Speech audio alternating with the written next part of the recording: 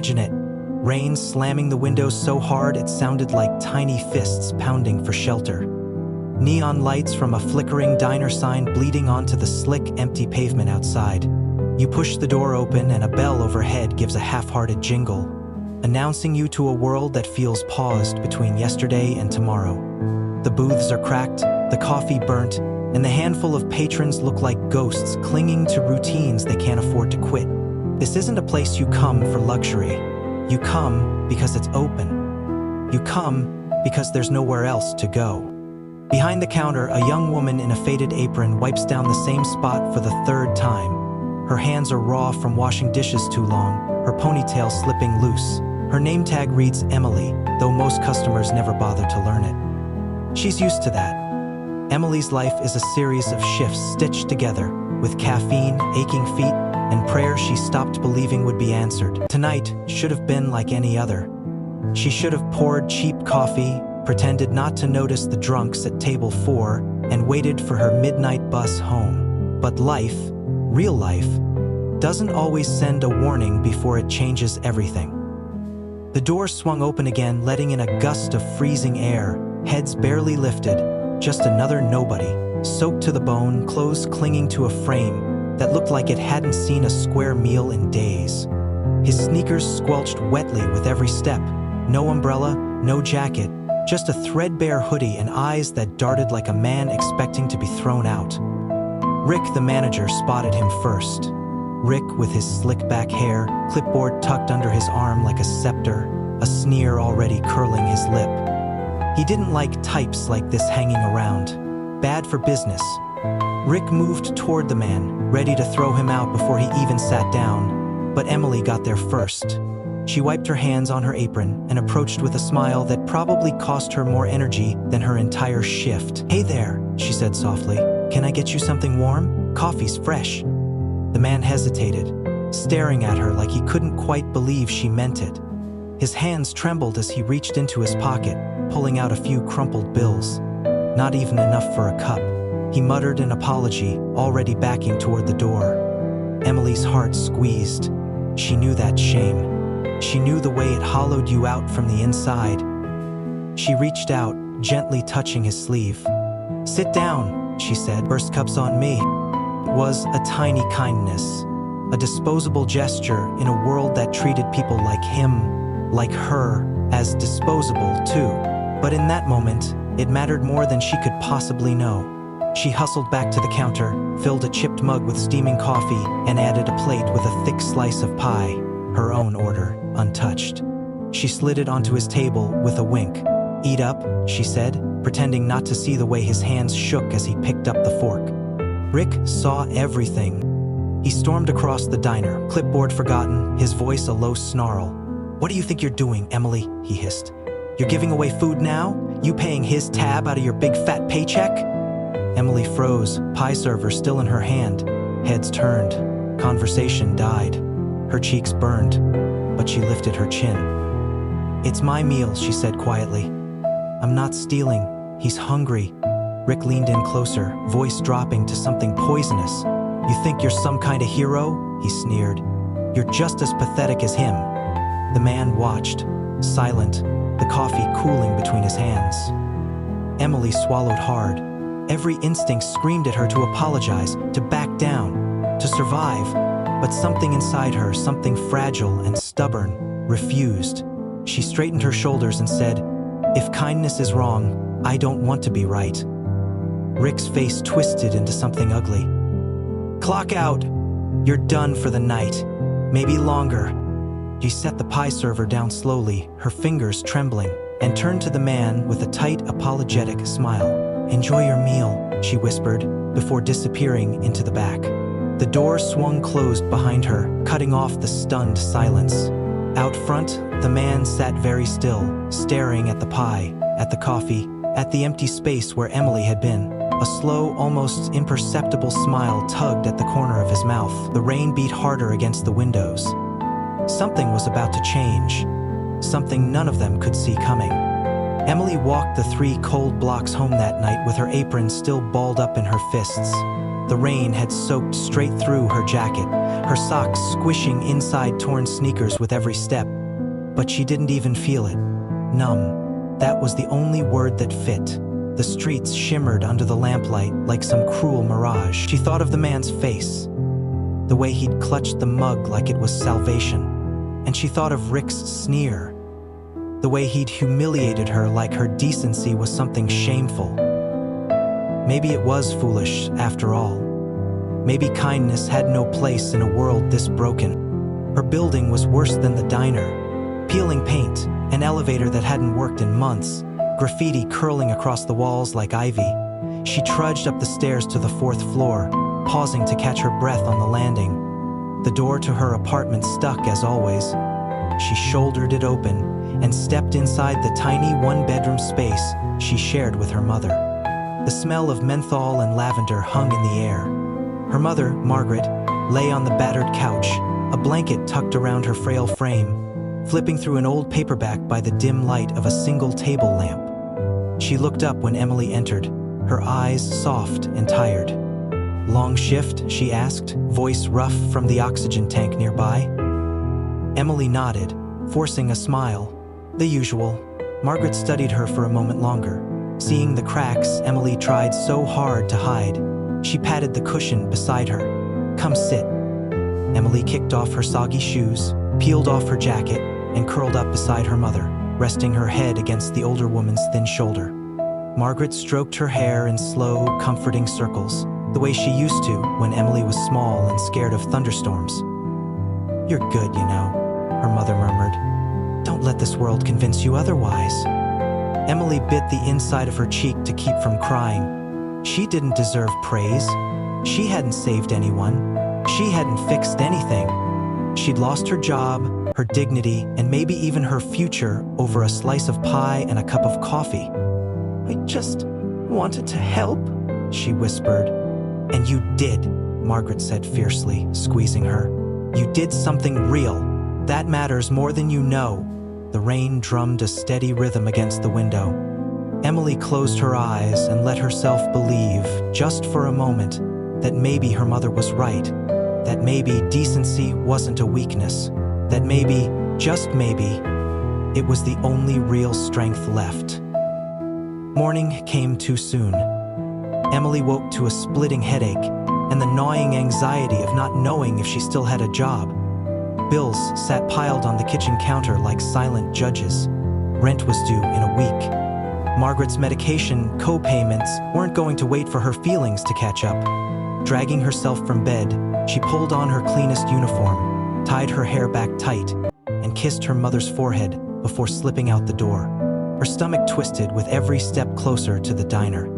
She rehearsed her apology in her head. Maybe if she groveled, if she begged, Rick would give her a few more shifts. She could endure the humiliation if it meant keeping the lights on. But when she rounded the corner onto Main Street, her breath caught in her throat. Parked outside the diner were 3 gleaming black SUVs, engines idling.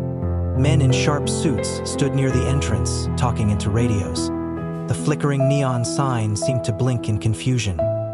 Emily hovered across the street, heart hammering against her ribs. Something was happening, something big. She almost turned around, almost fled, but her mother's words echoed in her mind.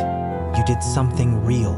Squaring her shoulders, she crossed the street and pushed open the diner door.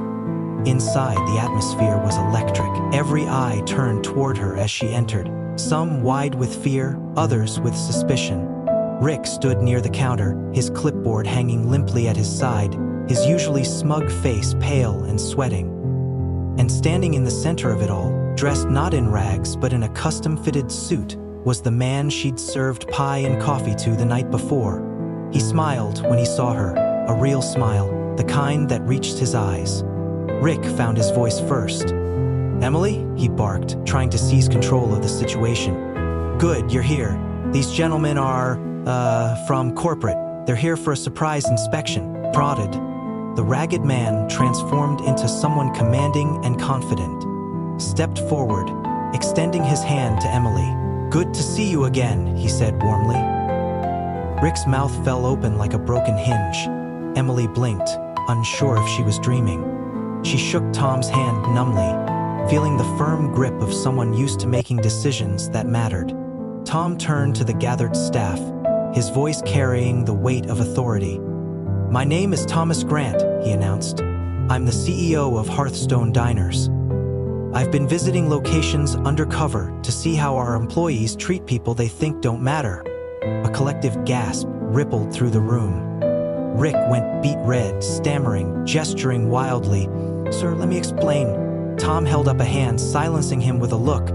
Emily stood frozen, her mind reeling. CEO? Undercover? It didn't make sense. It couldn't be real. But there he was, smiling at her like she was the only person in the room who got it right. The room was so still, you could hear the coffee dripping into the pot behind the counter. Tom's next words sliced through the silence. "And last night," he said, "only one employee showed the values this company claims to stand for." His gaze locked onto Emily. "You." Emily couldn't breathe. It was like every molecule of air in the diner had been sucked out the moment Tom said it. Her? He was talking about her? She could feel the eyes of every coworker burning into her skin. Disbelief, envy, resentment, all tangled together. Rick looked like he was about to swallow his own tongue, but Emily could barely process it. All she could do was stare at Tom, heart pounding so loud it drowned out everything else. Tom turned back to Rick, his entire posture shifting from friendly to deadly serious. "And, unfortunately," he continued, "several employees also showed me exactly what's wrong with this location, and what's wrong with a lot of places like it." Rick sputtered, stepping forward like he could still salvage this. "Sir, you don't understand. She's not even that good. She's been late before. She's sloppy. Tom held up his hand again, calm but unmovable. "I saw enough with my own eyes. I watched how you treated customers, how you treated your own staff, how you treated someone you thought wasn't worth anything." His voice was quiet, but it carried the weight of judgment. Rick's face twisted into a desperate smile. "You don't know the whole story. She's not management material. She can't even handle pressure." Tom didn't blink. "You're wrong." He turned slightly toward Emily, who still hadn't moved from where she stood, frozen just inside the door. Emily handled the greatest pressure of all. She chose compassion when no one was looking. That's real leadership. The room was so silent, it felt like the world had paused to listen. Rick's false smile cracked. Sweat beaded on his forehead. He tried again, flailing harder. "Sir, I have records, reports, if you'll just let me explain." Tom gestured to one of the executives in suits, who stepped forward and set a laptop on the counter. He tapped a few keys and the screen lit up with security footage from the previous night. Everyone leaned in. The video showed everything. Rick berating the homeless-looking man. Emily stepping between them with a kindness that was almost painful to watch. Rick yelling, belittling, threatening her. And Emily standing her ground, proud even as she was shamed. There was no mistaking it. Rick's excuses died on his lips. Tom let the footage play until the final, devastating moment. Emily whispering, "Enjoy your meal," before slipping away into the kitchen with her head held high. Then Tom nodded toward Rick. "You're terminated, effective immediately." The words hit Rick like a physical blow. He staggered, color draining from his face. For a long, awful moment, he just stood there, staring at Tom like he might somehow convince him to change his mind, but no mercy came. Security moved forward quietly, politely, but with the firm inevitability of people who did this sort of thing often. Rick's clipboard clattered to the floor. His protests turned into choked sobs no one cared to listen to. He was escorted out the door, and it swung closed behind him with a final, satisfying thud. Emily watched it all in a daze, still half convinced she was dreaming. She flinched when Tom turned back to her. "Emily," he said warmly, "I'm sorry for what you went through. No one should ever be punished for being decent." She swallowed hard, blinking fast to keep tears from spilling over. I was just doing what anyone would do," she stammered. Tom smiled, but there was something almost sad in his eyes. "That's where you're wrong," he said gently. Most people wouldn't. The suits murmured behind him, and Tom nodded toward them. We're restructuring, starting today. I want you to stay, not just as a waitress, but in a much bigger role. Emily stared at him, heart slamming against her ribs. Bigger role? What did that even mean? Tom chuckled softly at her stunned silence. How would you feel about helping train new employees across all our locations? Teaching them what real service looks like. Her mouth opened, but no words came out. We'll cover relocation, he continued. Full benefits, double your current pay, and we'll set up a scholarship fund if you ever want to go back to school. The room spun slightly around her. She clutched the counter for balance. You deserve it, Tom said simply. And for the first time in what felt like forever, Emily felt something crack inside her, not from pain, but from hope. Hope so fierce it hurt. The other waitresses and cooks hung back, their expressions a tangle of disbelief and awe. A few even smiled at her, tentative and awkward, as if seeing her for the first time. Emily realized, dimly, that she had a choice. She could take the hand reaching down to lift her out of the hole life had tried so hard to bury her in. Or she could stay where it was safe, predictable, familiar. She thought of her mother, curled up on the couch, believing in her when Emily barely believed in herself. She thought of the man, no, the CEO, sitting alone at the diner table, grateful for a single act of kindness. She thought of every night she'd scraped together change for the bus, every dream she'd stuffed into a drawer, marked someday. Slowly, shakily, she nodded. Tom smiled wider. Good. Welcome to the future, Emily. Applause broke out, first from the suits, then hesitantly from the kitchen staff, then louder as it rippled across the room. Emily blinked back tears, smiling so hard her face hurt. Somewhere deep in her chest, a door that had long been bolted shut swung open. And just like that, everything began to change. Emily stood outside the diner later that morning, watching the sun rise with a strange kind of awe. The rain had finally stopped. Clouds still clung low over the town like the remnants of an old dream, but golden light pierced through in thin, stubborn beams, splashing across the cracked pavement. It felt like a new beginning, though she could barely make sense of it. She clutched a manila envelope Tom's assistant had handed her, a formal offer letter, complete with salary figures so high she kept rereading them to make sure they hadn't made a mistake. She didn't have to go back into that greasy kitchen. She didn't have to scrub plates until her hands bled. She didn't have to endure Rick's oily sneers or the weight of quiet judgment from coworkers who saw her only as a cautionary tale. She was free. And yet, freedom was terrifying when you'd spent your whole life being told to expect nothing more than survival. Her phone buzzed in her pocket. Pulling it out, she saw her mother's name on the screen. Heart-squeezing, she answered with a shaky breath. Hi, Mama. Margaret's voice crackled warmly through the line. Baby, I saw something on the news. Are you okay? Emily laughed. A wet, choked sound that wasn't really laughter at all. I'm more than okay. Mama, something crazy happened. I don't even know how to explain it. And standing there under the stubborn morning sun, she tried. She told her mother about the stranger, the kindness, the humiliation, the revelation. She told her about the offer, the life she could barely believe was real. Margaret listened in silence until Emily finally ran out of words. Then, softly, she said, I told you, good hearts shine brightest when the night is darkest. Emily pressed her forehead against the cool glass of the diner window, tears streaking down her cheeks. I was so scared, Mama. I thought I'd ruined everything. You saved everything, Margaret whispered back. For you, for him, for all the people you'll touch from here on out. For the first time, Emily believed her. Inside the diner, a slow dismantling had begun. Corporate inspectors moved through the kitchen, the stockroom, the books, making notes, pulling files, asking quiet, cutting questions. The few employees who had laughed when Rick humiliated Emily now found themselves under sharp scrutiny. Some would lose their jobs. Others would be retrained if they could prove their hearts hadn't rotted too much. Rick was nowhere to be seen.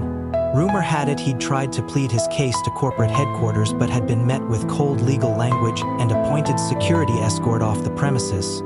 In a small town like this, word traveled faster than electricity. His fall from grace was the talk of every laundromat, every grocery checkout line, every bar stool. Once feared, once respected, Rick had become a cautionary tale overnight. And Emily? Emily was the spark that lit it all. Later that week, Tom himself returned to the diner. Not undercover this time, but as the CEO he truly was. He wore the same tailored suit, but carried himself differently. More relaxed, more human. He asked for a booth in the back, waved off the nervous attention from staff, and ordered coffee from a stunned teenage waitress, who nearly dropped the pot in his lap. Emily met him there, wearing the only nice blouse she owned, a borrowed leather bag slung over her shoulder. She slid into the booth across from him, clutching a notebook filled with questions she'd spent hours preparing. Tom grinned when he saw her. Nervous? Terrified, she admitted. He laughed, a deep, genuine sound. Good. It means you care. For the next 2 hours, they talked. About the vision he had for the company, about the broken service culture he wanted to heal, about how Emily's role wouldn't just be about policies or procedures. It would be about teaching kindness, patience, dignity. Real values. Not the slogans painted on break room walls, but the messy, painful, beautiful truth of seeing people and treating them like they mattered. He asked her what she needed to succeed. She told him the truth. Better pay for hourly workers, emergency relief funds for employees hit by crises, mental health support, fair promotion paths that didn't favor brown-nosers over hard workers. Not just at her old diner, but across the chain. Tom listened, took notes, promised follow-through. By the time they finished, the sun was low in the sky again, staining the world gold and red. Tom stood, extended his hand once more, and shook hers with real warmth. "I'm proud of you, Emily," he said quietly. She blinked fast against the sting in her eyes. "Thank you for seeing me." He smiled sadly. "I didn't at first, but you made it impossible not to." Walking home that evening, Emily moved differently, straighter, stronger. The envelope tucked safely in her bag wasn't just a job offer. It was proof. Proof that maybe, just maybe, the world could be nudged towards something better if enough people refused to let it stay cruel. She climbed the stairs to her apartment 2 at a time, threw open the door, and practically tackled her mother in a hug. They laughed and cried and danced a clumsy circle around the tiny living room, tripping over oxygen tubes and battered coffee tables. For the first time in years, their laughter wasn't desperate. It was real. It was enough to fill every cracked seam of their broken little world and make it whole again. And somewhere deep inside her chest, Emily planted the first seed of a dream she hadn't dared name before. Maybe she could be more than just a survivor. Maybe she could be a builder, a bridge, a light. News traveled faster than wildfire in a town like theirs. By the next morning, Rick's downfall was plastered across every local Facebook group, whispered over grocery carts and coffee counters. Fired by corporate, disgraced in front of the whole staff. Served him right. No one had sympathy. People who used to flatter him now treated his name like something sour. Emily listened quietly as she poured coffee for regulars, overhearing scraps of conversation, their voices low but tinged with satisfaction. For years, Rick had ruled over the diner with fear, exploiting his tiny kingdom, and now he was nothing more than a cautionary punchline. Meanwhile, Emily's world was changing faster than she could hold on to. She hadn't even started her new position officially yet, but her days were already full of meetings, training seminars, and emails she barely understood. Tom's team moved quickly, setting up a new management structure and inviting Emily to corporate headquarters for a week-long orientation. She was issued a company laptop, her own business cards, and a schedule packed with words she'd only ever seen on TV shows about rich people. Orientation, executive onboarding, brand integrity sessions. It was exhilarating and terrifying at once. When she boarded the bus out of town that Sunday night, her first time leaving the county in years, Emily clutched her ticket so tightly it crumpled. She wore the same thrift store blazer she'd worn to meet Tom, her nerves buzzing under her skin like trapped fireflies. As the countryside blurred past the windows, she wondered if she was making a mistake. She didn't know anyone at corporate. She didn't speak their language. She didn't belong. But then she thought of her mother's voice, rough but steady. "You saved everything." She thought of Tom's sad smile when he said, "Most people wouldn't." And she straightened her spine against the vinyl seat and promised herself she would not let fear win. The corporate headquarters rose out of the city skyline like something out of a movie, glass and steel and soaring lines, a temple built to ambition. Emily stepped off the bus with her heart hammering so loud she could hear it in her ears. The lobby alone could have swallowed her whole. Polished floors gleaming like mirrors, receptionists so well-dressed they looked carved from marble, security guards who barely blinked as they checked her badge. She kept her head down and followed the directions Tom's assistant had emailed her. 6th floor, conference room B. When she walked in, she nearly turned around and fled. The room was packed with people. Young, sharp-looking professionals in designer clothes, tapping away on tablets and chatting in rapid-fire corporate jargon. They all looked like they belonged here. They all looked like they could smell an outsider from across the room. Emily hovered awkwardly by the door until a woman with clipped blonde hair and a clipboard approached. "You must be Emily Carter," she said briskly. "Welcome to the Hearthstone Executive Development Program." Executive Development. Emily almost laughed out loud. She was a waitress, a high school graduate, someone who used to count pennies for bus fare. What business did she have being part of anything with the word executive in it? But she forced her shoulders back, plastered on a polite smile, and said, "Thank you. I'm happy to be here." The woman nodded approvingly and handed her a thick binder. "Let's get started." The first 2 days were brutal. Lectures about leadership models, brand loyalty strategies, customer experience metrics. Words piled on top of each other until Emily's brain felt like it was stuffed with cotton. Everyone else seemed to understand immediately, nodding and scribbling notes. Emily fought to keep up, her pen scratching frantically across page after page, her stomach tying itself into tighter and tighter knots. During lunch breaks, the others clustered together in tight knots, talking about their MBAs and internships and networking connections. Emily ate alone, picking at sandwiches that tasted like cardboard, wondering if anyone else could see she didn't belong. Maybe she was fooling herself. Maybe Rick had been right. Maybe she was just a charity case, a pity promotion meant to make a good headline. On the third afternoon, everything came crashing down. They were given a group assignment: design a new employee training program based on Hearthstone's core values. Emily's group, all sleek, fast-talking young executives, barely glanced at her before deciding she could handle the easy part, drafting a fake mission statement.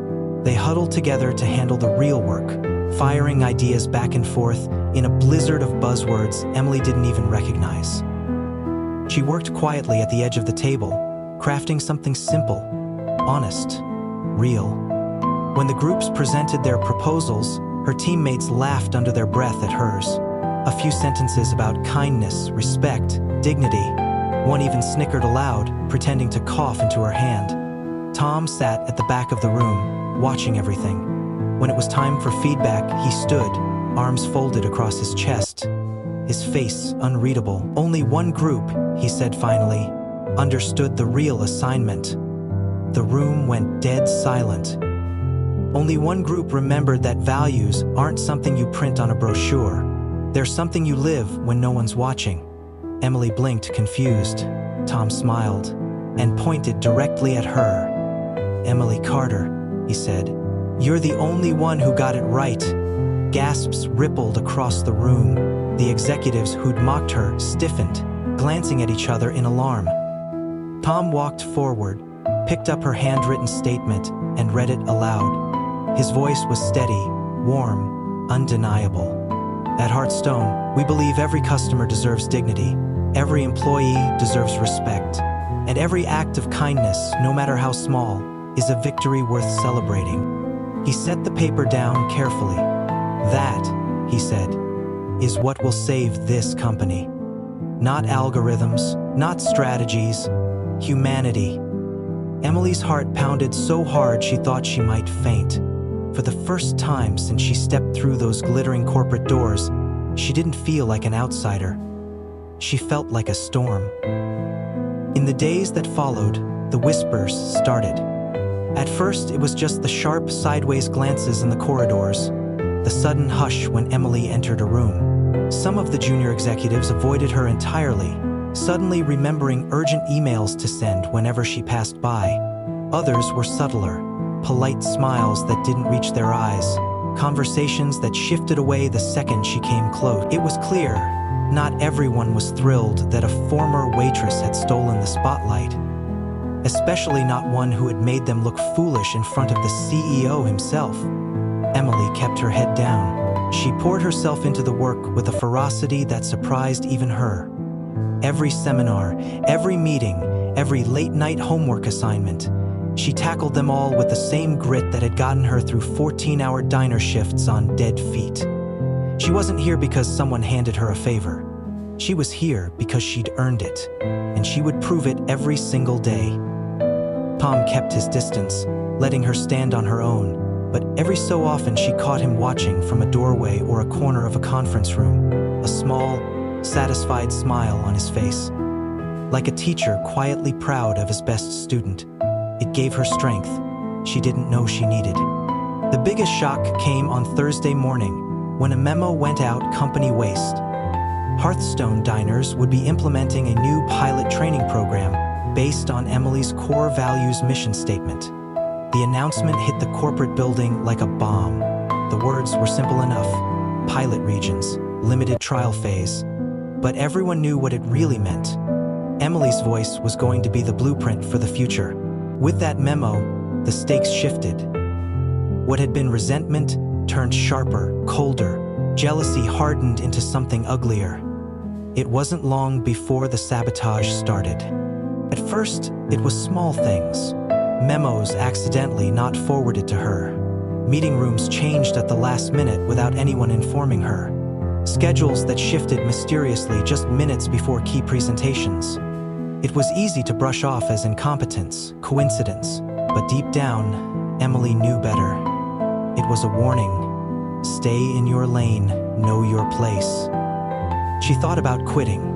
More than once, she stared at her laptop late at night, fingers hovering over an email draft that began, "Thank you for the opportunity, but..."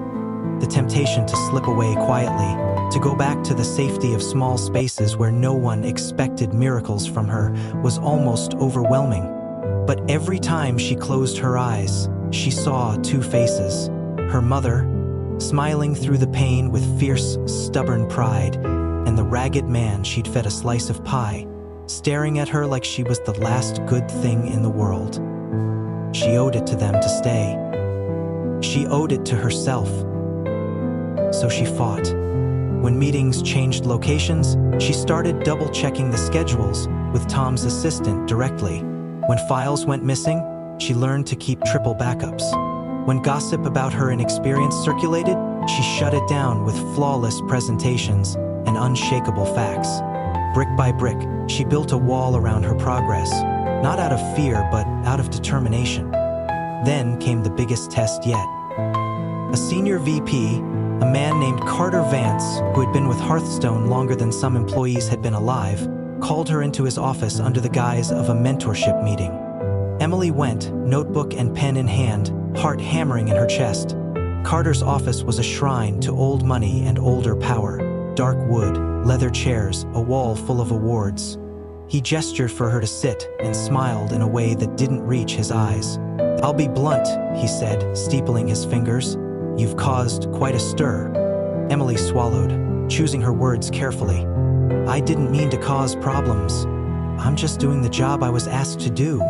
He chuckled, a low, patronizing sound. "Of course. But you need to understand something about how this world works."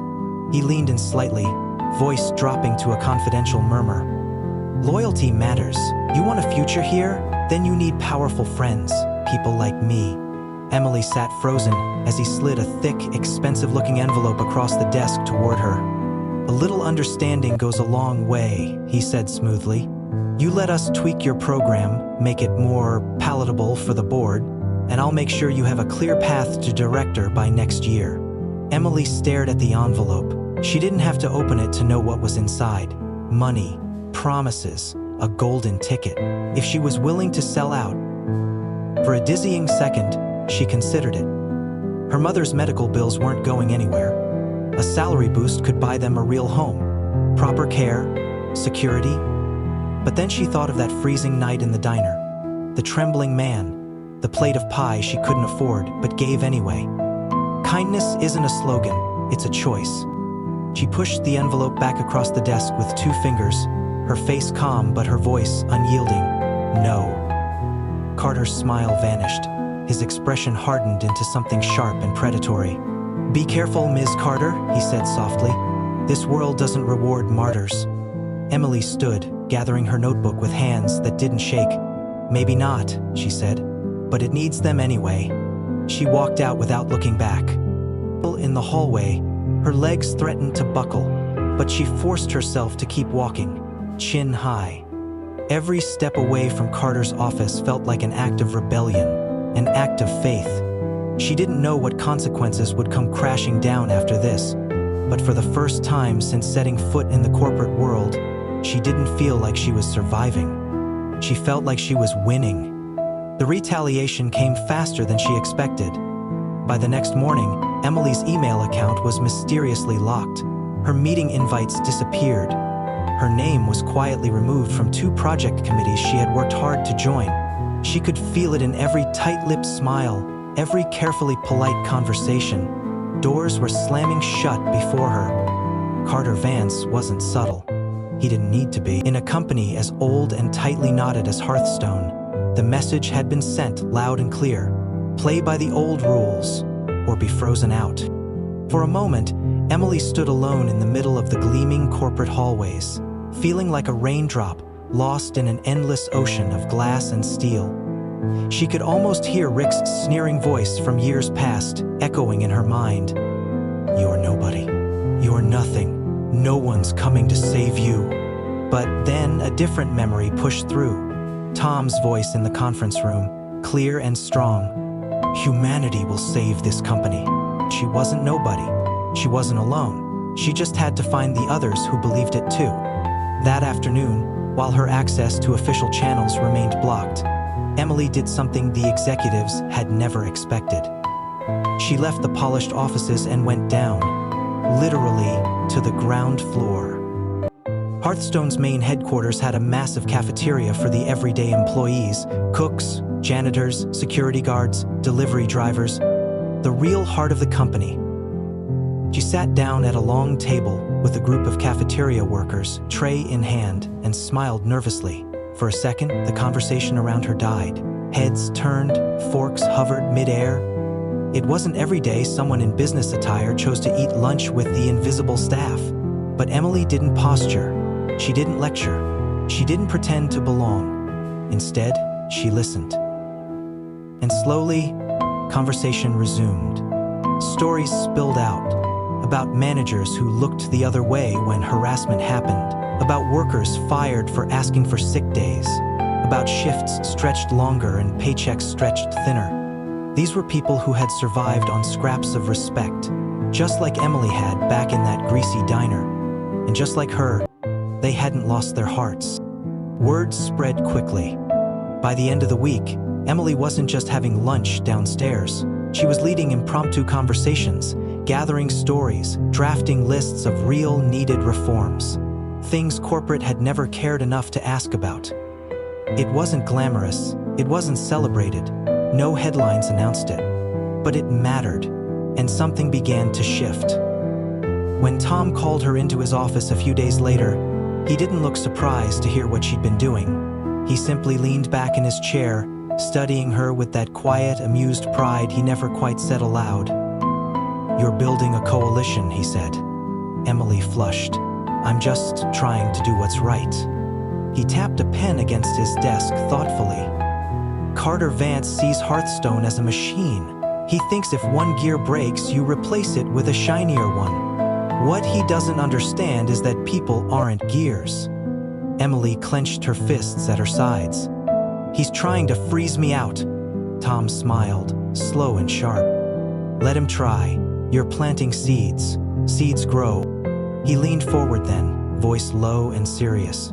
"The board is voting soon.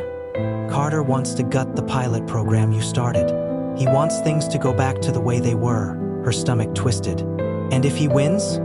Tom's eyes darkened. "If he wins, the company keeps dying from the inside out." Quietly, slowly. Emily nodded, a lump rising in her throat. "What can I do?" Tom's smile was grim, but full of something fierce and unbreakable. "Keep doing exactly what you're doing. Show them what real leadership looks like. Show them why it matters." He paused, then added, almost as an afterthought, "And don't be afraid to be loud when the time comes." It wasn't a strategy that would have fit neatly in a corporate playbook. It wasn't polished or safe. It was real. The next week passed in a blur of whispered conversations, late-night phone calls, and quiet alliances forged in break rooms and loading docks. Emily documented everything: stories of mistreatment, ideas for real reform, names of those brave enough to stand beside her. The day of the board vote arrived heavy with tension. Emily wasn't invited to the meeting. She was expected to sit outside in the lobby, waiting quietly for someone else to decide the future she had bled for. Instead, she stood up. When Carter Vance entered the boardroom, flanked by his allies, Emily was waiting in the hallway with a thick folder in her hands and half the cafeteria staff standing silently behind her. Maintenance workers, cashiers, security guards. People the executives barely noticed, now standing shoulder to shoulder with the woman they'd once dismissed. Carter's eyes narrowed dangerously. "What is this?" Emily stepped forward, heart hammering but voice steady. "This," she said, lifting the folder, "is the real Hearthstone. The people who built it. The people you want to silence." She didn't yell, she didn't cry. She spoke the truth plainly, and it rang louder than any corporate memo ever could. Inside the boardroom, some of the directors shifted uncomfortably, exchanging glances. They hadn't expected this. They hadn't expected her. Tom stood up at the far end of the table and simply said, "Let her speak." And Emily, the former waitress with nothing but a heart full of stubborn fire, stepped through the doors and into the fight for the soul of a company. The boardroom smelled of polished wood and tension. A long table stretched between Emily and the assembled directors, gleaming under the recessed lighting. Leather chairs creaked as powerful men and women shifted uncomfortably, sensing that something was happening they hadn't planned for. Emily clutched the folder in her hands so tightly the edges bent, but she didn't let herself flinch. She forced herself to meet their eyes, one by one, and began to speak. At first, her voice trembled. The words felt too small in the cavernous space. But as she pressed forward, she found a rhythm, a core of steel inside her she didn't know she had. She told them about the cafeteria workers pulling double shifts without overtime, about the janitors forced to clock out and still finish their work off the clock, about the line cooks penalized for sick days, the single mothers fired without cause. She didn't embellish. She didn't need to. The truth itself was heavy enough to crack the walls. Some board members leaned back in their chairs, defensive. Others frowned thoughtfully, their pens tapping slowly against expensive notebooks. Carter Vance sat like a statue, his face locked in a sneer so thin it barely concealed his fury. Emily finished by laying the folder on the table, sliding it toward the center. Inside were written testimonies, names, evidence, proof. She stepped back, spine straight, hands at her sides. For a long, breathless moment, no one moved. Then Carter scoffed, pushing back his chair noisily. "Emotional manipulation," he said, voice oily and calm. "We're a business, not a charity. These stories don't pay the bills. They don't grow stock prices." Emily's fists clenched at her sides. She opened her mouth to argue, but Tom beat her to it. From the far end of the table, Tom rose slowly, smoothing his jacket. His voice was cool, measured. "He's right about one thing," Tom said, his words cutting across the room like a blade. "Stories alone don't build a business, but values do. Culture does. Reputation does. And if you think people won't find out how we treat our own," he let the threat hang in the air, heavy and undeniable. The board members shifted again, the discomfort palpable now. Tom continued, stepping closer to where Emily stood. "This company was built on a promise that we treat every customer and every employee with dignity. If we break that, we don't just lose lawsuits or headlines. We lose the soul of Hearthstone. And once that's gone, no marketing campaign in the world can buy it back." A woman near the center of the table, a director Emily recognized as one of the longest-serving members, leaned forward, folding her hands thoughtfully. "You believe this pilot program can fix that?" she asked, voice sharp but not unkind. Tom didn't hesitate. "I believe it's our only chance." The woman turned her gaze to Emily. "And you? You think you can lead this?" Emily's throat tightened. She thought of the long nights on greasy diner floors, of carrying her mother home from doctor appointments, her tiny frame burning with fever, of giving away a plate of pie to a man who turned out to be a king in disguise. She thought of every time she had chosen kindness when it would have been easier, safer, not to. "I don't just think," she said, her voice steady now. "I know." Silence fell heavy and deep. The woman sat back, studying Emily with an unreadable expression. Then she looked around the table. "Motion to vote." Carter surged to his feet. "This is absurd. Motion to vote," she repeated coolly, cutting him off. Tom smiled faintly, a glimmer of something fierce flashing in his eyes. Hands raised around the table, slowly at first, then more surely. Carter's hand stayed down, rigid with anger. But it didn't matter. The motion passed. Emily stood rooted to the floor, barely processing it. Tom clapped a firm hand on her shoulder, grounding her. The woman who had called the vote offered a tight, approving nod. "The pilot program stays," she said, "and so does Miss Carter." Applause didn't erupt. It wasn't that kind of room. But the energy shifted sharply. Carter gathered his papers with stiff, jerky motions and stormed out, the door banging behind him like a gunshot. No one called him back. Tom leaned in close, voice low so only she could hear. "You did it." Emily blinked fast, the world swimming around her. "You did it." They walked out of the boardroom together, side by side, into the hallway where the cafeteria workers still stood waiting. When Emily nodded once, just a small, exhausted, victorious nod, the crowd burst into cheers that shook the walls. She was engulfed in hugs, in claps on the back, in faces shining with something she hadn't seen in a long time. Hope. Somewhere down the corridor, Carter's angry footsteps echoed and faded away. But in the opposite direction, a new path unfurled before her. One paved not by fear, not by privilege, but by stubborn, relentless kindness. And for the first time, Emily stepped forward without hesitation, leaving behind the small, scared girl who had once doubted she could ever belong here. She wasn't just part of Hearthstone's future now, she was leading it. Emily hit the ground running. No ceremonies, no fanfare, just a binder full of notes, a battered laptop, and a responsibility heavier than any title they could have given her. She wasn't naive. She knew the boardroom victory was only the first battle. True change, the kind that mattered, the kind that lasted, was slow, grueling, and fought inch by stubborn inch.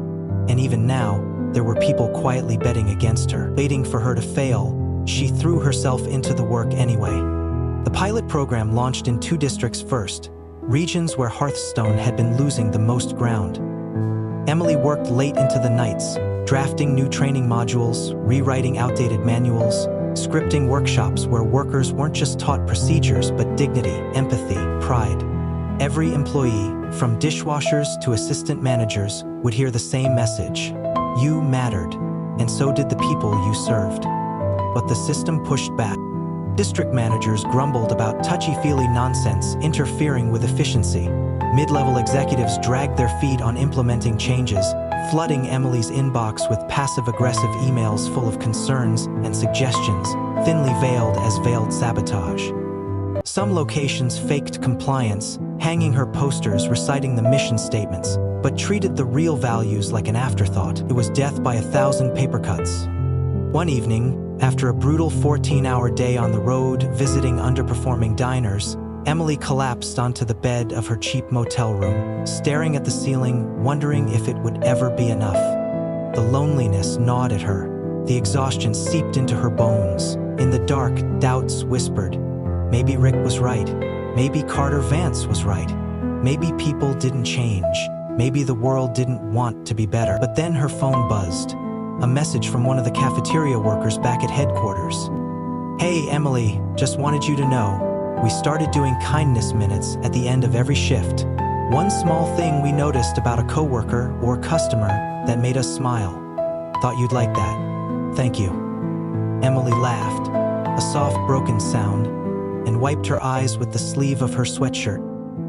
One diner. One worker. One moment at a time. That was how you changed a company. That was how you changed the world. The next morning, she hit the ground harder than ever.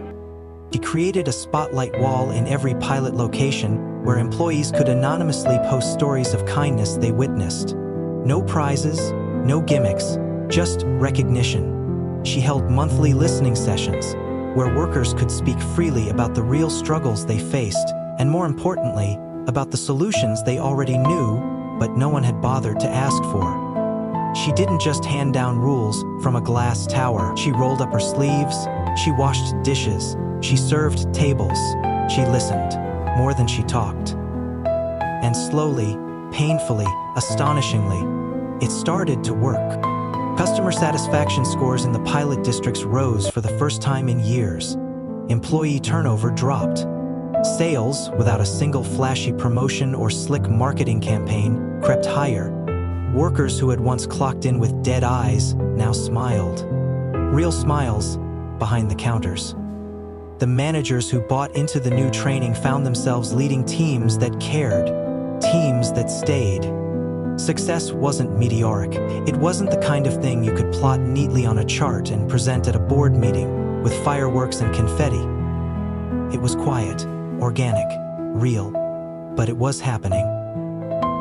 Of course, not everyone was happy. Carter Vance still lurked in the shadows of corporate, his influence diminished but not destroyed. Through back channels, he spread rumors that Emily's reforms were a costly PR stunt, that her ideas were unsustainable, naive, that she was an emotional liability in a business that demanded cold efficiency.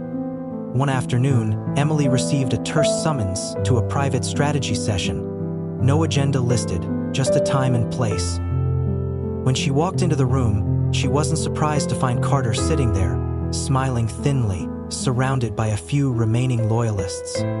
He gestured to a seat across from him. "Let's be adults about this," he said, his tone oily with false civility. Emily didn't sit. She stood tall, binder tucked under her arm like a shield. "If you have something to say it." Carter's smile thinned further. "You've made your point, Miss Carter. You've stirred up the peasants, won your little moral victory. Congratulations. But this experiment has run its course." He spread his hands magnanimously. "Step aside, let the grown-ups take it from here. We'll find a more polished face for the program, someone the investors will trust." The insult was razor sharp, but Emily barely flinched. She looked around the room, at the suits who still believed that money, not people, was the only thing worth fighting for. And she smiled. Not politely, not out of fear. She smiled, because for the first time, she realized something Carter never would. The real power wasn't in corner offices or boardrooms. It was in the battered kitchens, the scuffed tile floors, the exhausted workers laughing over shared struggles. It was in the people, and Emily had already planted seeds deep inside them, seeds Carter could never uproot. "You don't get it," she said quietly, stepping closer until she could see the faint twitch of anger behind Carter's smug mask. You can replace me, you can rebrand it, you can slap a prettier face on it, but you can't kill it." She turned to leave, pausing just long enough to add, "Kindness spreads, Mr. Vance, and it doesn't need your permission." She walked out, leaving him sitting there, furious and helpless. As she strode down the hallway, her phone buzzed again. Another message, another story, another victory. And Emily knew, with the fierce certainty of a wildfire catching in dry brush, that the movement had grown beyond her. It was alive now, and it wasn't stopping. It started quietly at first, a few headlines buried deep inside business journals. Employee satisfaction up at Hearthstone diners. New training program shows surprising early success. Nothing flashy, nothing the industry heavyweights took seriously, at least not yet. But like any true revolution, it didn't need to roar in order to change everything. It needed only to take root, and it had. Emily watched it unfold like a sunrise, slow but inevitable. Across the pilot districts, numbers rose steadily: customer return rates, employee retention, even profit margins. Skeptics inside Hearthstone, who had once sneered at her, quietly started copying her policies, hoping some of the success would rub off on their regions too. Former critics came forward to claim they had always believed in the vision, hoping to ride the wave before it crashed over them. Emily didn't waste time worrying about who got credit. She had bigger plans. At Tom's urging, she expanded the pilot program into 2 new regions, districts that were hemorrhaging money and morale. If her values could take root there, it would prove they could survive anywhere. The new launches weren't easy. There were managers who openly resisted her, treating her visits with frosty politeness, their eyes daring her to fail.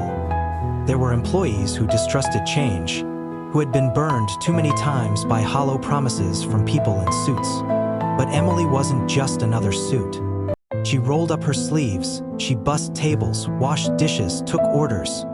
She didn't lecture about kindness, she lived it, day after aching day. She learned every worker's name. She learned the stories behind every tired smile and every wary frown. And slowly, walls began to crumble. It was during a visit to one of the roughest locations, a battered diner tucked between a pawn shop and a payday loan storefront, that she met Lisa. Lisa was 16, working the counter after school, caring for her younger siblings while their mother battled cancer. She was tired, sharp-tongued, and suspicious of anyone who claimed to care. When Emily asked her what would make her job better, Lisa had scoffed and said, "A miracle." Instead of promising miracles, Emily listened. She helped rearrange schedules so Lisa could finish school on time. She fought for small but powerful changes: safe transportation for late-night workers, free meals during long shifts, a quiet room where exhausted staff could catch their breath for 5 minutes without being punished for it. One night, after closing, Lisa slipped her a crumpled note, too shy to say the words aloud. "Thank you. I don't hate coming here anymore. I want to be like you someday." Emily kept that note in her wallet, folded soft with wear, as a reminder of why she fought. The ripple effects traveled further than she could have imagined. Customers noticed. Reviews changed. A viral post from a travel blogger praised a Hearthstone diner for treating customers and employees like family. That post exploded across social media, racking up millions of views. Suddenly, national news outlets wanted interviews. Business analysts started citing Hearthstone as an example of a radical cultural turnaround. Industry giants, once dismissive, began to panic. Other companies scrambled to create their own kindness initiatives, most of them hollow, desperate to mimic results without understanding the soul behind it. It didn't work, because you couldn't fake what Emily had built. You couldn't manufacture a spirit born from real pain, real struggle, and real hope. Inside Hearthstone, the old guard dwindled. Carter Vance, stripped of his influence, quietly resigned under the weight of mounting scandals. His misuse of corporate funds finally catching up to him after a whistleblower tipped off internal audits. Rumor had it he tried to spin his fall into a consulting career, but no one trusted a man whose legacy was paved with broken promises. Meanwhile, Emily rose. Tom formally promoted her to Vice President of Culture and Training, a title she never would have dared dream of a year ago. It came with a corner office, an assistant, a team of her own, but Emily kept the battered diner mug on her desk, a quiet anchor to where it all started. She refused to get comfortable. Every week, she spent 2 days back in the field, visiting diners, walking the floors, listening to the workers who had been invisible for too long.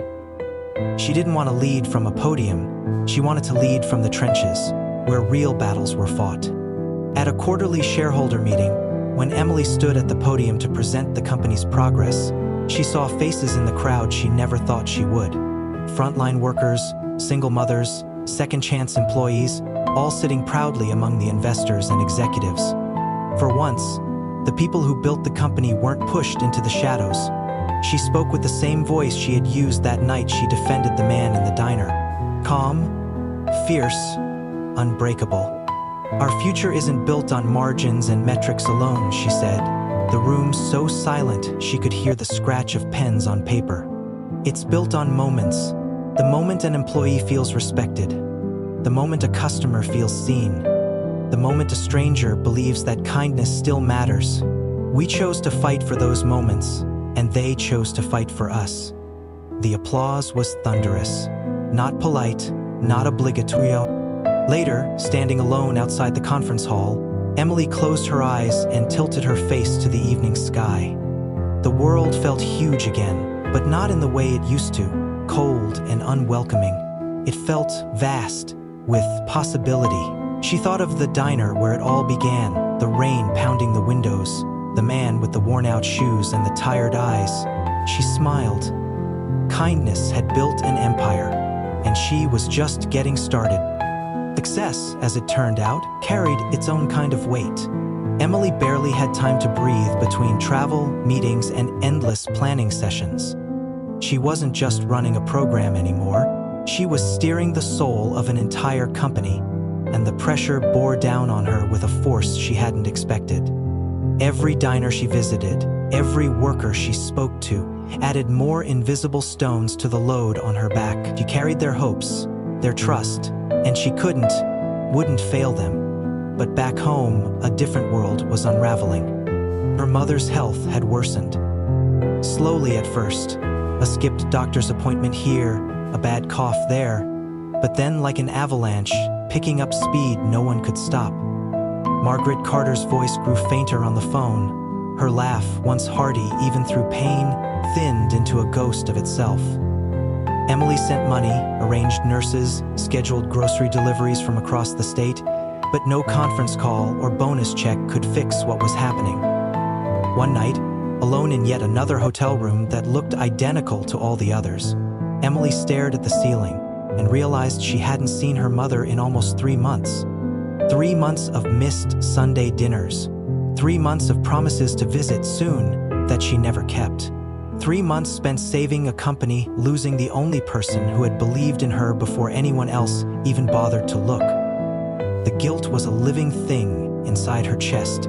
When she called that night, her mother answered after the second ring, voice raspy but bright. "Baby girl?" she said, like no time had passed. Emily closed her eyes against the sudden sting. "Hey, Mama," she whispered. "How you feeling?" Margaret laughed, a thin, papery sound, like an old jalopy someone forgot to oil. They talked about nothing important. The weather, a recipe Emily remembered from childhood, a neighbor's new dog. But underneath every word lay something heavy and unspoken. They both knew. Time was running short, and no title, no corner office, no legacy could buy a single second more. When they hung up, Emily sat for a long time, the city lights sprawling endlessly outside her window. Her fingers hovered over her keyboard, the weight of 100 pending emails dragging at her, but she couldn't bring herself to move. She had built a new world out of kindness, but what good was it if she lost the heart that taught her what kindness was in the first place? The next morning, she walked into Tom's office without an appointment, clutching a resignation letter she had written at 3 in the morning on a hotel notepad. Tom looked up, startled. "Emily, what's wrong?" She placed the letter carefully on his desk. "I need to go home."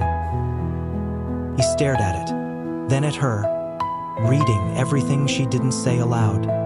The fear, the grief, the unspoken goodbye. "You're not quitting," he said firmly. Emily opened her mouth to argue, but he held up a hand. "You're not quitting," he repeated. "You're choosing what matters most, and anyone who can't see the strength in that doesn't deserve to lead." Tears burned in her eyes, but she forced a wobbly smile. "I can't run the whole program from my mom's living room." Tom chuckled softly. "Maybe not, but you don't have to. You've built a team now, Emily. People who believe what you believe. You taught them how to lead even when you're not in the room." He leaned forward, lowering his voice. "Take the time you need. Heal. Be there. And when you're ready, if you want to come back, your seat will be waiting." Emily's heart cracked open in her chest. Relief, sorrow, gratitude all tangled together until she could barely see. "Thank you," she whispered. He shook his head. "No. Thank you for reminding all of us what real leadership looks like." The next day, Emily packed up her apartment in the city. She turned in her badge, hugged her team fiercely, and boarded a bus headed back to the tiny town that had once felt like the edge of the world. Home looked the same and different all at once. The streets were still cracked, the diner still flickered, but everywhere she went, people smiled when they saw her. Real smiles, the kind that said they remembered, that they knew. Her mother was waiting in her worn armchair when Emily opened the door. Thinner, smaller somehow, but her smile lit up the whole room. "Welcome home, baby," she said. Emily dropped her bags and ran into her mother's arms, holding her like she could somehow stop time by sheer force of will. For the next few months, she lived a different kind of life, slower, deeper. She cooked meals from scratch. She read books aloud by the fire. She sat on the porch in the evenings, watching the stars blink into life, grateful for every breath they still shared. The company sent updates, emails full of progress reports, success metrics, expansion plans, but Emily let them sit unopened most days. The world would wait. Hearthstone would wait. Her mother wouldn't. And she had no regrets. One chilly morning, sitting side by side on the porch wrapped in old quilts, Margaret took Emily's hand and squeezed it weakly. "You made me proud a long time ago," she murmured, her eyes bright with unshed tears. "Everything else, it's just extra." Emily laid her head against her mother's shoulder, the two of them wrapped in silence and sky. When Margaret finally slipped away one soft spring night, it was peaceful. No machines, no beeping. Just the sound of crickets outside and the feeling of a hand she still held long after it had gone still. Emily stayed on the porch until sunrise, watching the sky crack open with color. She hadn't just fought for a company. She had fought for the simple, sacred truth her mother had given her from the start. Kindness is the legacy that never fades. The city skyline loomed ahead once again, but it didn't intimidate Emily anymore. Months had passed since she last stood beneath its towering glass monoliths, but she wasn't the same woman who had walked away. She had been broken open, reshaped, tempered in a fire no boardroom could replicate. Grief had carved new spaces inside her, deeper and stronger. She had faced the one thing she feared most, losing the person who loved her most, and survived it, without losing herself. Now, when the bus rolled into the terminal, and she stepped out into the morning rush, Emily didn't shrink from the noise or the speed. She breathed it in. She wasn't here to reclaim a position. She wasn't here to impress anyone. She was here to choose her future on her own terms. When she walked through the doors of Hearthstone headquarters, heads turned. Some faces lit up with real smiles. Others glanced away quickly, guilty. Word had spread, of course. The program she had launched hadn't just survived her absence. It had flourished. Without her shadow constantly guiding it, the seeds she planted had taken root, growing stronger, wider, deeper. A company once rotting from the inside, now pulsed with a strange new energy, one built not on fear, but on purpose. Tom met her in the lobby, a grin already pulling at his mouth. "Took you long enough," he teased.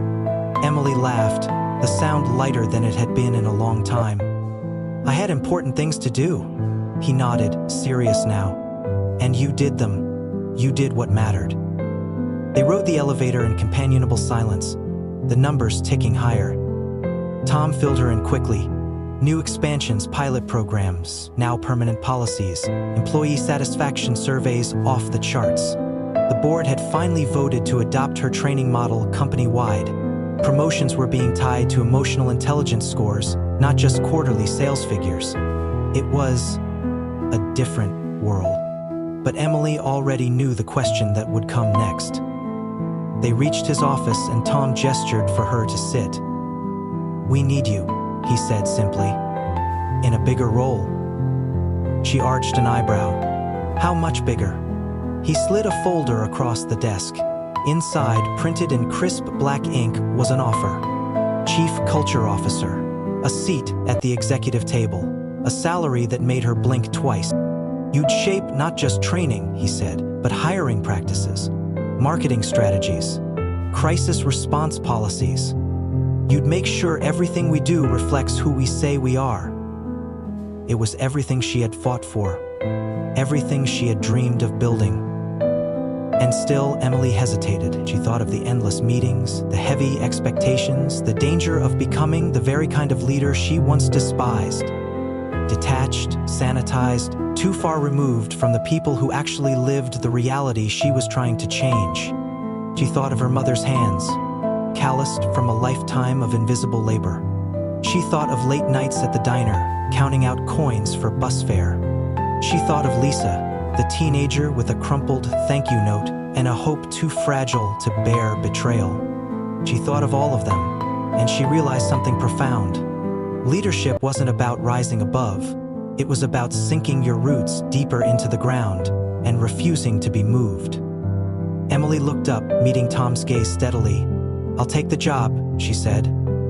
"On one condition." He lifted an eyebrow, intrigued. "I want a second office," she said. "At a real Hearthstone location, one of the originals. No penthouse view, no fancy perks. I want a desk where the workers are. I want to split my time between both worlds, because if I ever stop seeing them, I'll stop knowing what matters." Tom's smile widened into something fierce and proud. "Deal." That afternoon, Emily stood in front of her team, old faces and new ones, and laid out her vision. No grand speeches, no corporate jargon, just a promise, simple and absolute. "We're not going to build a company where kindness is a footnote. We're going to build one where it's the foundation." The applause was thunderous. But what mattered most to Emily wasn't the noise. It was the look in their eyes. They believed her. Not because of her title, not because of the paycheck attached to her name, but because they had seen her walk through fire and come back carrying something bigger than ambition. They had seen her carry hope. Later, as she unpacked a few things in her new, modest second office located in a worn but beloved diner at the edge of the city, she found the battered old pie server she had once used to feed a shivering stranger. She propped it on her desk, a silent reminder of the night everything had begun. The world outside rushed and roared, endless and hungry. But inside this tiny space, Emily felt only peace. She hadn't chosen the easy road. She hadn't chosen the glamorous one. She had chosen the right one. And she was just getting started. Years passed, but the roots Emily planted only grew stronger. Hearthstone didn't just survive, it became a beacon. Across the country, battered diners were reborn into places of warmth and trust. Places where both customers and employees felt seen, heard, valued, not because of glossy marketing, but because of real, stubborn acts of kindness, practiced day after day. It wasn't flashy, it wasn't easy, but it was real. And the world noticed. Competitors who once sneered at Hearthstone scrambled to replicate its magic. They rolled out kindness initiatives, glossy ad campaigns featuring staged smiles and buzzwords stripped of meaning. But customers could tell the difference. Authenticity wasn't something you could fake, it was something you lived or lost. Meanwhile, Emily remained anchored in both worlds. One week, she might be standing in a polished boardroom, walking the new CEO through quarterly reports showing record employee satisfaction. The next, she'd be mopping floors, alongside a nervous new hire at a diner 2 towns over, sharing a laugh over burnt toast and broken coffee machines. She wore suits when necessary, aprons when preferred. She hadn't changed who she was. She had only grown more fully into it. And the people changed with her. Workers, who once viewed their jobs as a temporary sentence, now built careers. High schoolers like Lisa, who once thought kindness was weakness, rose into management with fire and compassion in their bones. Elderly cashiers who had been invisible for years found themselves honored at staff events. Hearthstone's employee turnover dropped to record lows. Customers posted stories on social media, stories about waitresses slipping a free dessert to a single father with 3 tired kids, about cooks coming out of the kitchen to check if the food was right, about managers giving employees second chances when life hit hard. Kindness had become the brand, but more than that, kindness had become the culture. It wasn't perfect. There were still bad days, still managers who slipped back into old habits, still nights when the numbers didn't add up the way the accountants wanted. But every time that happened, someone, sometimes a dishwasher, sometimes a regional director, would step up and remind everyone what mattered most. The revolution Emily started had outgrown her, and she wouldn't have it any other way. One crisp autumn afternoon, Emily returned to the diner where it all began. The building had been renovated, but not replaced. The cracked tiles were gone, the booths were new, but the spirit was the same. A warmth you could feel when you pushed through the door and heard the familiar jingle of the bell overhead. She slipped into a booth by the window, unnoticed, and ordered a coffee. As she sipped the familiar bitterness, she watched the life of the diner unfold around her. A young waitress with tired eyes but a bright smile hustled from table to table.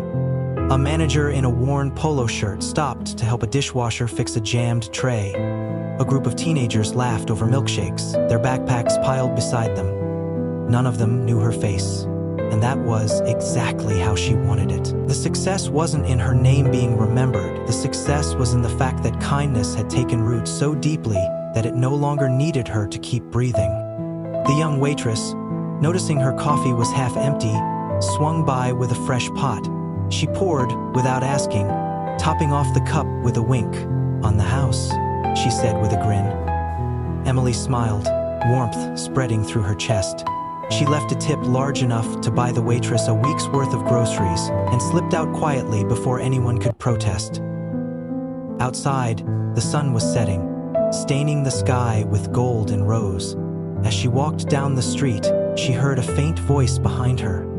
The waitress, laughing with a coworker. "Some lady just tipped me $100, she said. "Said thank you, for what? I was just doing my job." Emily chuckled under her breath and kept walking. Just doing your job. She hoped someday that kindness would be so normal, so expected, that no one would even think twice about it anymore. She hoped someday no one would be shocked by compassion. No one would think it strange to be seen, to be valued, to be loved, even by a stranger. She hoped the world her mother had dreamed of, a world where good hearts mattered more than sharp tongues or heavy wallets, would finally bloom fully into being. And if it didn't, then she'd keep planting seeds anyway. Because sometimes, it wasn't about seeing the forest grow overnight. Sometimes, it was about trusting that someday, someone would sit in the shade of a tree you planted long ago and never know your name, but feel your love in the leaves above their head all the same. Emily glanced up at the sky one last time, and with a soft, certain smile, she walked into the twilight. It wasn't immediate, and it wasn't flashy, but the ripples from Emily's work continued to spread long after most had forgotten where they began. Across industries that had long treated workers like numbers and customers like transactions, a slow, stubborn revolution took root. Not because of viral marketing campaigns or billion-dollar rebranding projects, but because a handful of people, inspired by one waitress in one forgotten town, decided to lead differently. In boardrooms where executives once only measured success in quarterly margins, new metrics appeared. Employee trust scores, community impact ratings, kindness indexes. Small at first, almost laughable to the old guard. But they grew. Investors once obsessed only with profit. A new generation of leaders rose, many of whom had cut their teeth under the programs Emily helped create. They wore suits, but they also wore humility. They spoke the language of spreadsheets, but never forgot how to speak the language of hearts. They didn't just sell products, they built trust. And quietly, steadily, Hearthstone became more than a company. It became a blueprint. Universities invited Emily to speak, not about profits, but about purpose. Business schools dissected Hearthstone's model, trying to understand how a struggling diner chain had reinvented itself by centering its soul. Students who had once memorized case studies about hostile takeovers now studied how dignity could be a competitive advantage. Emily accepted invitations rarely. She didn't like standing behind podiums or basking in applause. She preferred classrooms where students sat cross-legged on carpets, not lecture halls with marble floors. She told her story the way it had happened, messy, painful, full of fear and failure. She didn't polish away the struggle because the struggle was the most important part. She told them about serving pie to a stranger she thought was homeless. She told them about being fired for compassion. She told them about choosing to stay kind even when it would have been easier to be bitter. And she ended every talk the same way. Kindness, she said, is not weakness. It is not naivety. It is the fiercest kind of strength, because it demands everything from you without any guarantee of reward, and because it can change things even when nothing else can. In the crowd, faces would light up, some skeptical, some tearful, but always changed. Meanwhile, Emily lived quietly. She still split her time between a modest apartment in the city and long weekends back home. She never stopped walking into Hearthstone diners unannounced, sliding into a booth and simply watching. She loved seeing the way things had changed. Young managers mentoring teenage dishwashers, cooks joking with servers instead of yelling, customers lingering over coffee because the place felt more like home than their own kitchens. One evening, in a small diner 2 states over, Emily met a young woman named Olivia. Olivia was a new manager, barely 25, full of fire and nerves. She recognized Emily almost immediately, her hands trembling slightly as she poured her coffee. I want you to know, Olivia said shyly, I wouldn't be here without you. My mom worked at Hearthstone. Before everything changed, she almost quit 100 times, but then you made it better. Emily smiled, touched but careful not to let herself become larger than the truth. I didn't do it alone. No, Olivia agreed, eyes shining, but you made us believe we could. Later that night, sitting alone in the booth long after the dinner rush had faded into soft clinks of silverware and the low hum of closing routines, Emily thought about the strange beauty of it all. She hadn't set out to build a legacy. She hadn't set out to change an industry. She had simply chosen, one rainy night, to see someone most people would have ignored. To feed someone who couldn't pay. To believe, stubbornly, in a kind of goodness the world had long since written off as naive. That choice, the smallest, simplest thing, had grown into a forest she might never walk all the way through, and she was fine with that. The future didn't need to remember her name. It only needed to remember the light she had passed forward. It only needed to keep choosing kindness when no one was watching. It only needed to remember that the smallest gestures sometimes carried the most weight. She watched Olivia laugh with her staff, teasing one of the cooks good-naturedly as they mopped the floors. A new generation was already carrying the flame. Emily finished her coffee, left a generous tip, and slipped quietly into the night. The stars above blinked cold and clear against the velvet sky.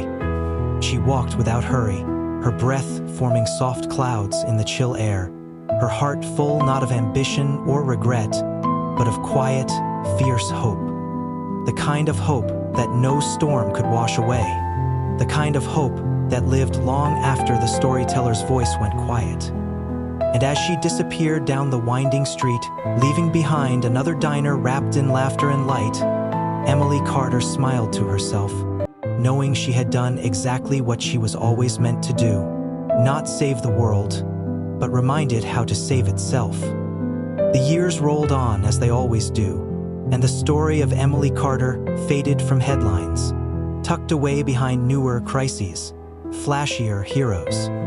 But in the quiet corners of the world, in greasy spoons on country roads, in cramped kitchens where line cooks traded tired jokes, in small towns where a hot meal and a kind word could still change a life, her legacy lived on, not as a statue, not as a holiday or a slogan, but as something far more enduring. A choice, passed hand to hand, heart to heart, from people who remembered that kindness was never weakness, that seeing someone, truly seeing them, was the most radical act a person could make. In one diner, a weathered plaque hung near the register. It didn't mention Emily's name. It didn't list corporate achievements or profits. It simply said, "Be the reason someone stays. Be the reason someone believes." It was enough. She hadn't built a monument to herself. She had planted 1,000 invisible gardens, far away from the glittering cities, in a small town that had once felt too small for dreams. A new waitress stepped behind a counter for her first shift. Nervous, hopeful, unsure if she was ready. The manager handed her an apron and pointed to a battered pie server mounted on the wall inside a simple wooden frame. It looked ordinary, scratched and dull from use, but the waitress could tell it mattered. "What's that for?" she asked, curious. The manager smiled, a real smile, and said, That's for remembering where we came from." She didn't understand then, but one day she would. One day, when the rain was coming down hard, and a stranger walked through the door with nothing but soaked shoes and hungry eyes, she would understand. One day, when the easy choice was to look away, and the right choice was to lean in, she would understand. One day, when no one was watching, and no cameras were rolling, and kindness cost more than it seemed to be worth, she would understand. And she would choose it anyway. Because that was the real story Emily had written, not with speeches or campaigns, but with one simple act on a cold, rainy night. A plate of pie, a hot cup of coffee, and a belief that everyone deserved to be treated like they mattered, even when no one else thought so, especially then. And so the story continued, whispered in the smiles of strangers, stitched into the fabric of 1,000 unnoticed gestures, carried forward by ordinary people who had no idea they were part of a revolution. Maybe they never would. Maybe that was the point. Because kindness doesn't need applause. It just needs a beginning. And sometimes, all it takes is one small hand reaching across a cracked counter to light a fire no storm can ever extinguish.